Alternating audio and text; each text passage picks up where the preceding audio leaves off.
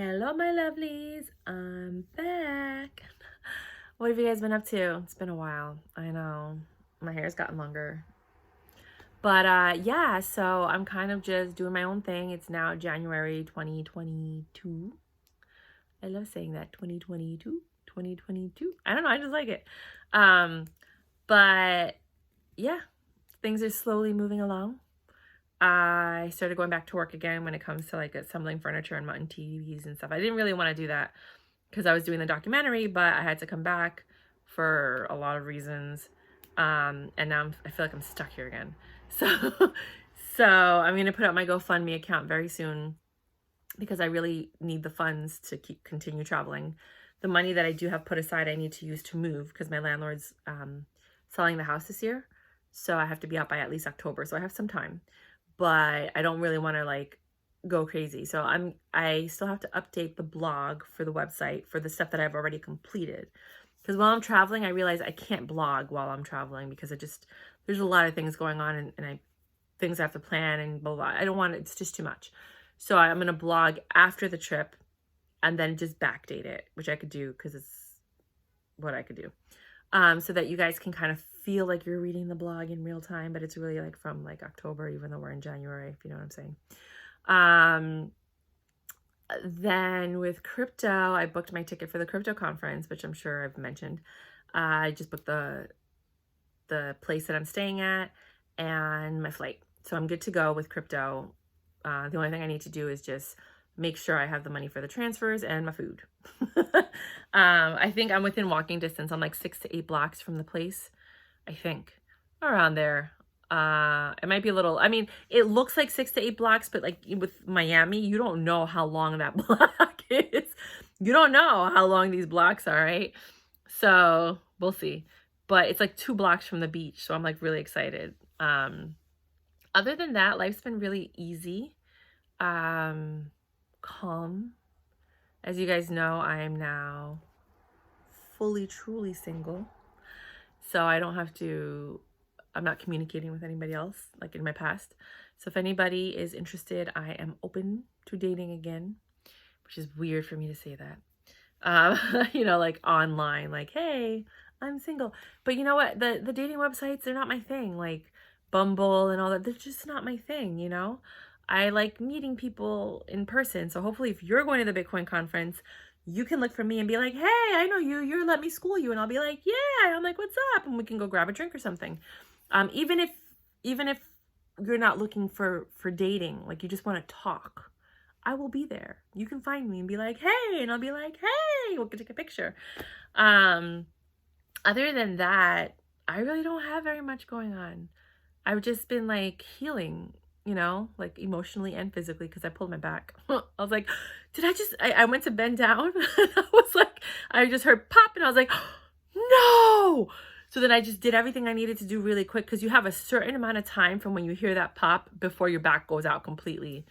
I was out of commission for like 4 days. I was like, I was so mad.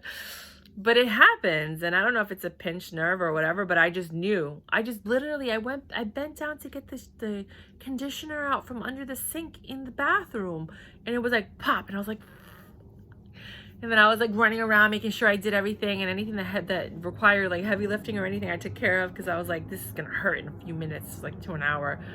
Took a quick shower because I don't know when I would be able to do that again. Sometimes it hurts so much, This is what happens when you get older. It's all from the car accident though, because I never had these issues until I got into that stupid car accident. Really just changed everything.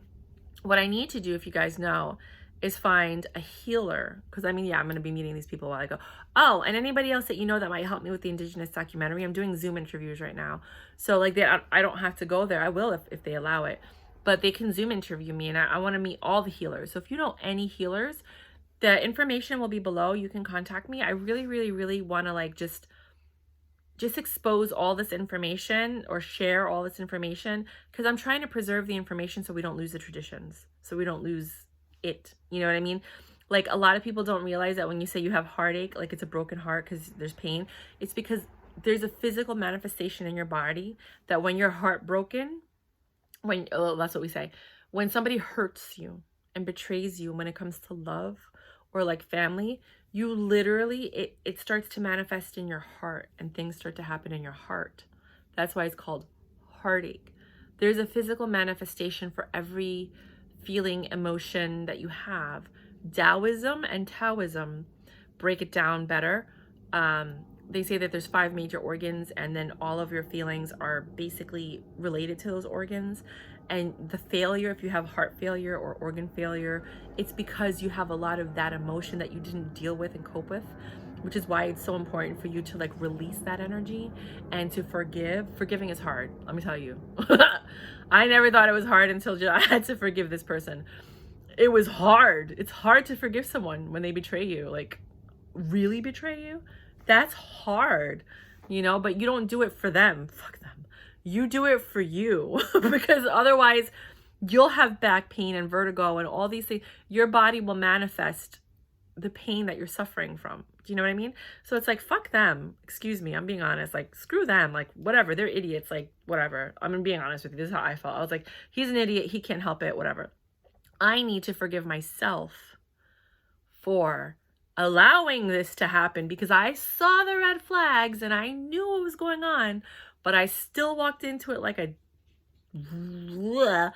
and I have to forgive myself, and I have to forgive, I'm supposed to forgive him, but I have to forgive myself for allowing that, because I felt unsafe and insecure, not insecure, I never feel insecure, but I felt unsafe and unprotected, and I allowed myself to be in that situation that hurt me. And I didn't walk out when I know that I should have. So it was more like self-forgiveness than to forgive them. I kind of forgive him, like whatever, because he's going to do whatever he's going to do anyway. Like, you can't control people, right? Like, they just are who they are. But it wasn't really forgiving him. In reality, you're forgiving yourself, because nobody betrays you. Well, they could betray you. You kind of allow it to a degree. Like, you never know that somebody's going to betray you, so you can't say that, you know, like, it's like a double-edged, everything's like a freaking double-edged sword with emotions, right? So it's like, somebody betrays you. You didn't know it was going to happen, so it's not your fault. But if you stay and then they betray you, and then it's your fault. If you stay, then it's your fault, right? So it's understanding that, like, yes, it's okay to love people and to forgive them and to have hope that things will get better. But if you see a consistent pattern of behavior and the red flags are just getting worse and they're multiplying, then you gotta just go. You know, now if you're involved with someone, you communicate with them and you say, this bothers me, and they're like, oh, I didn't know that. And then they make the changes and they adhere to those changes and they're consistent with adhering to those changes because they care about you, then you could stay and make it work. But if you're telling someone you're hurting me and they're like, and they keep hurting you, like, that's when you gotta walk away.